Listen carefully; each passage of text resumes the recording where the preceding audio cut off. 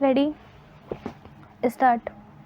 Mr. Speaker, Sir, yesterday the Honorable Minister and today the Chairman of the Select Committee have fully explained the various clauses of the bill and certain important changes that have been effected by the Select Committee.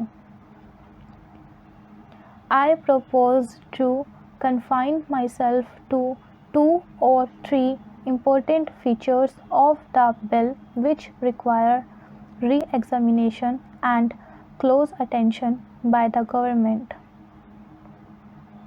Sir, I need hardly emphasize the important role which the electricity supply undertakings play in the national economy of the country. Indeed, the development in other sphere depends upon the full development of the supply of power, and this bill is of vital importance, affecting as it does the development of electric supply undertakings in the country.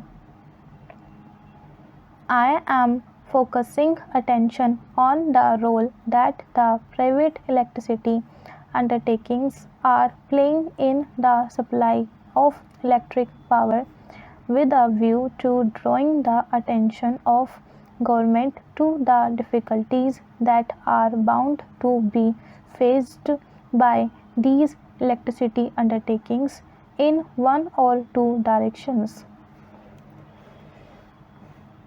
In this connection, I would not, therefore, like to take much of the time of the House, but I would like to draw the attention of the Honorable Minister to what my Honorable friend Shri Tulsidas has stated and with whose comments I am in full agreement. As a matter of fact, the approach of the government to the bill is to fulfill three basic considerations so vital for the healthy growth of this industry. Firstly, that its proper control and regulation is but necessary.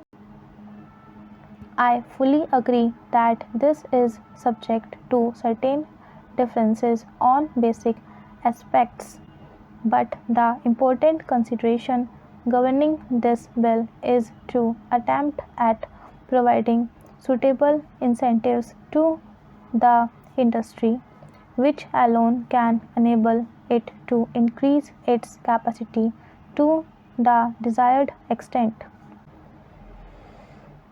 Therefore, I would like to refer to the incentives as provided in the bill and to the need for liberalizing the clause in respect of the fair return to the investors in these undertakings.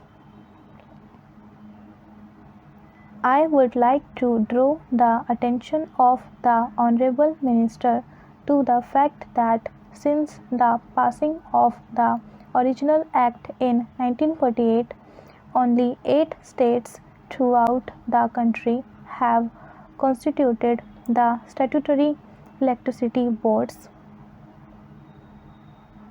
Among these states are Madhya Pradesh, West Bengal, Tamil Nadu, Kerala, Rajasthan, Punjab, Orissa, and Maharashtra, and therefore we find that many of the states have still to constitute these electricity boards. I would like to know from the Honorable Minister why, in the matter of the constitution of electricity boards, many of the states have not implemented the provisions of the bill and what the central government have done to ensure that these electricity boards are constituted in all the states as desired in the provisions of the original Act.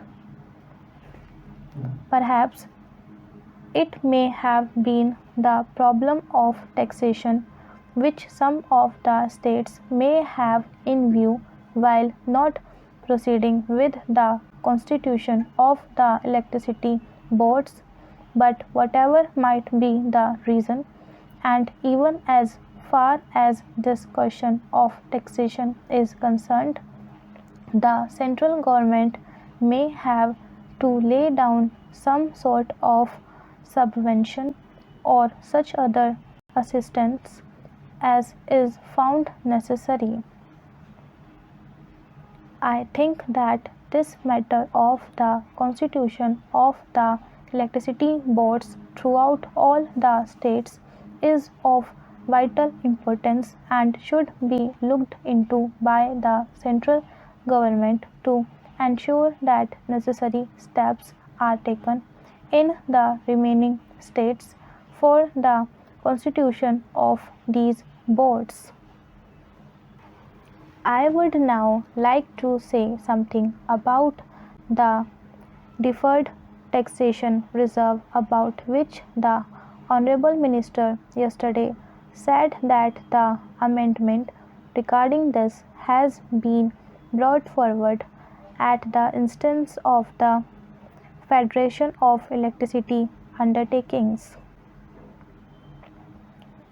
The whole complication arises due to the fact that the provisions of the Income Tax Act and the provisions of the Electricity Supply Act are contradictory to each other.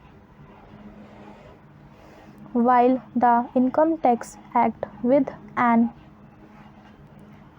accelerated depreciation in earlier years, results in larger tax relief in the earlier period, and thereby the tax liability of the undertakings is deferred for a future period.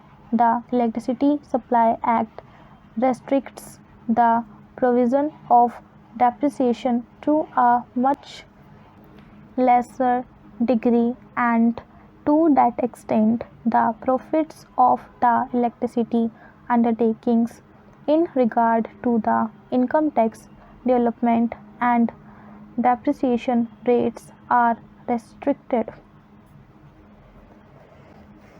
That Act lays down a smaller depreciation as compared to what is allowed under the Indian Income Tax Act.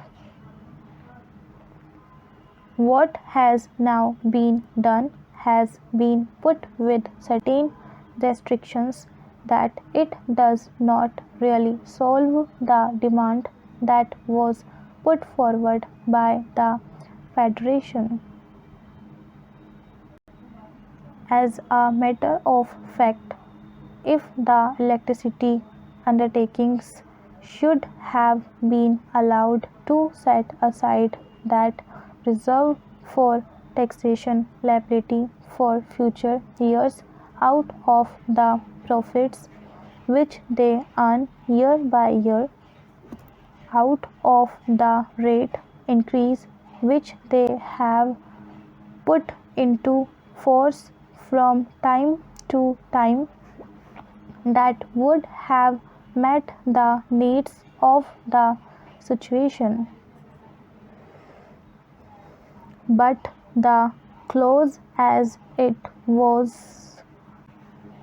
has emerged would rather create more difficulties than solve them, and it has therefore been further represented to the Ministry by the Federation of Electricity Undertakings.